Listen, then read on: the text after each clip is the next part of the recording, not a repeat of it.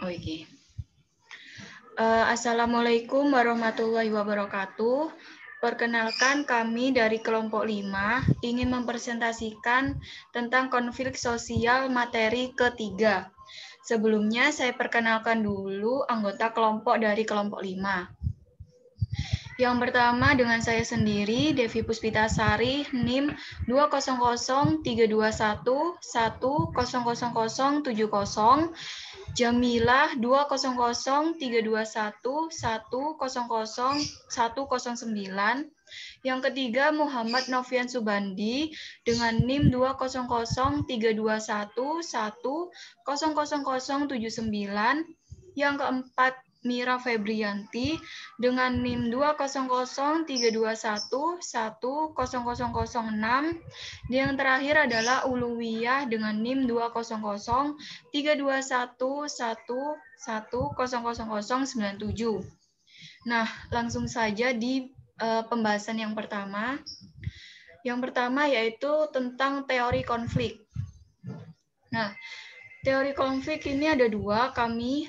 Yang pertama yaitu teori negosiasi prinsip. Teori negosiasi prinsip adalah teori yang menganggap bahwa konflik disebabkan oleh posisi yang tidak selaras dan perbedaan pandangan tentang konflik oleh pihak-pihak yang mengalami konflik. Yang kedua adalah teori identitas berasumsi, yang bahwasanya berasumsi bahwa konflik disebabkan karena identitas yang terancam yang sering berakar pada hilangnya sesuatu atau penderitaan di masa lalu yang tidak diselesaikan.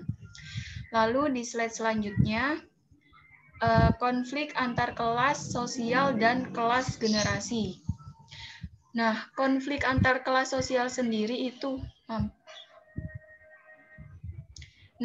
konflik antar kelas sosial itu sendiri yaitu konflik yang muncul karena adanya perbedaan kepentingan di antara kelas-kelas yang ada di masyarakat. Misalnya konflik antara karyawan dengan perusahaannya untuk menuntut kenaikan upah. Yang kedua adalah konflik antar organisasi.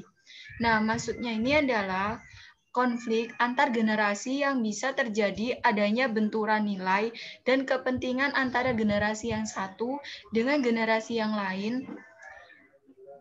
Itu bisa disebabkan adanya nilai-nilai baru karena ingin mengadakan perubahan.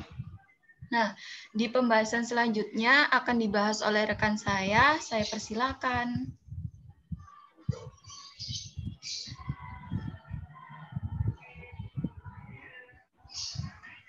Selanjutnya, yang ketiga, bentuk konflik berdasarkan sifat pelaku.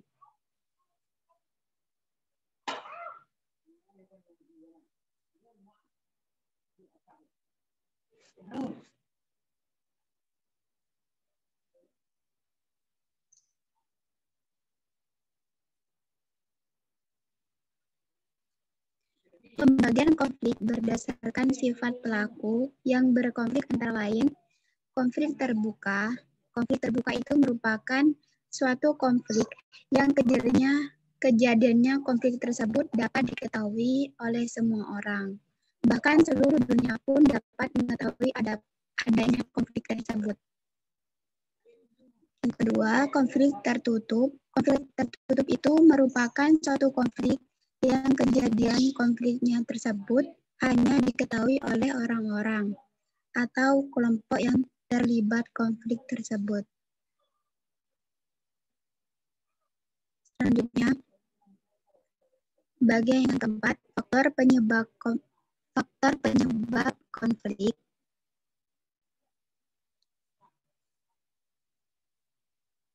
Faktor penyebab konflik atau akar-akar pertentangan suatu konflik adalah perbedaan kepentingan, perubahan sosial, perbedaan antar individu dan individu, perbedaan kebudayaan. Perbedaan kepentingan antara individu maupun kelompok merupakan sumber lain dari pertentangan baik kepentingan ekonomi, politik, dan sebagainya.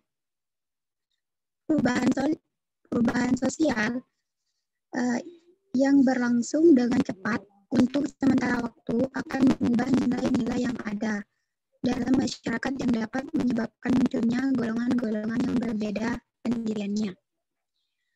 Dan perbedaan antar individu ialah pembedaan pendirian dan perubahan mungkin akan melahirkan bentrokan antara mereka, terutama perbedaan pendirian dan perasaan, sehingga hal ini lantas menjadi faktor penyebab konflik yang signifikan.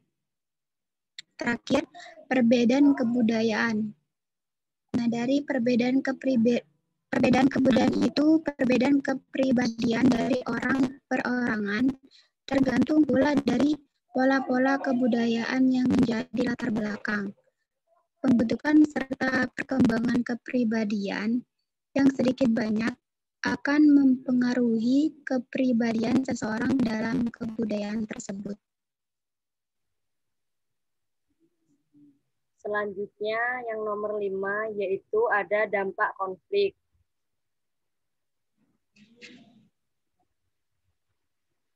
Dampak konflik ada 2 yaitu dampak konflik positif dan negatif. Yang positif adalah A. Konflik dapat meningkatkan kohesivitas dan solidaritas anggota kelompok. B. Memunculkan isu-isu, harapan-harapan yang terpendam yang dapat menjadi katalisator perubahan sosial. C. Memperjelas norma dan tujuan kelompok.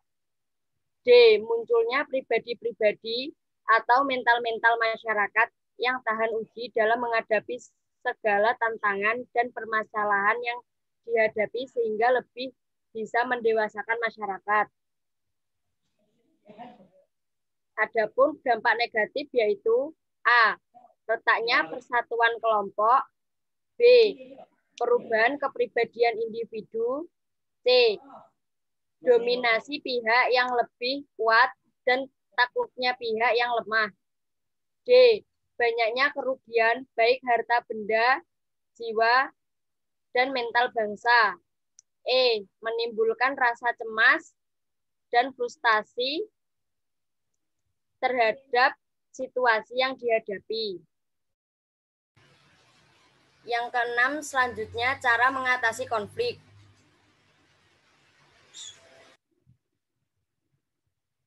Cara mengatasi konflik dapat dilakukan dengan cara stalemate. Stalemate merupakan keadaan pihak yang bertentangan memiliki kekuatan seimbang, tetapi berhenti pada titik tertentu dalam melakukan pertentangannya karena kedua belah pihak sudah tidak mungkin lagi maju atau mundur.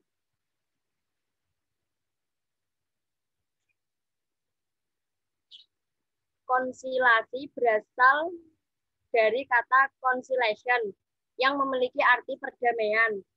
Cara ini digunakan dalam menyelesaikan suatu konflik melalui upaya mempertemukan dua pihak yang bertikai atau berselisih guna tercapainya kesepakatan untuk mengadakan damai antar keduanya.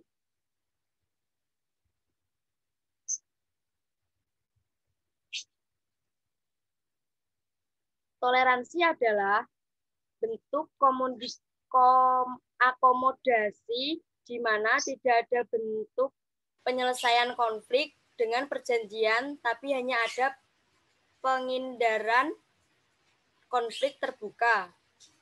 Toleransi melibatkan penerimaan pihak satu terhadap pihak lainnya dengan keadaan tertentu. Setiap pihak menyadari bahwa setiap kelompok memiliki tanggung jawab masing-masing. Saat ini toleransi merupakan bentuk akomodasi yang sangat dibutuhkan di Indonesia karena banyak kepentingan yang merusak kebinekaan.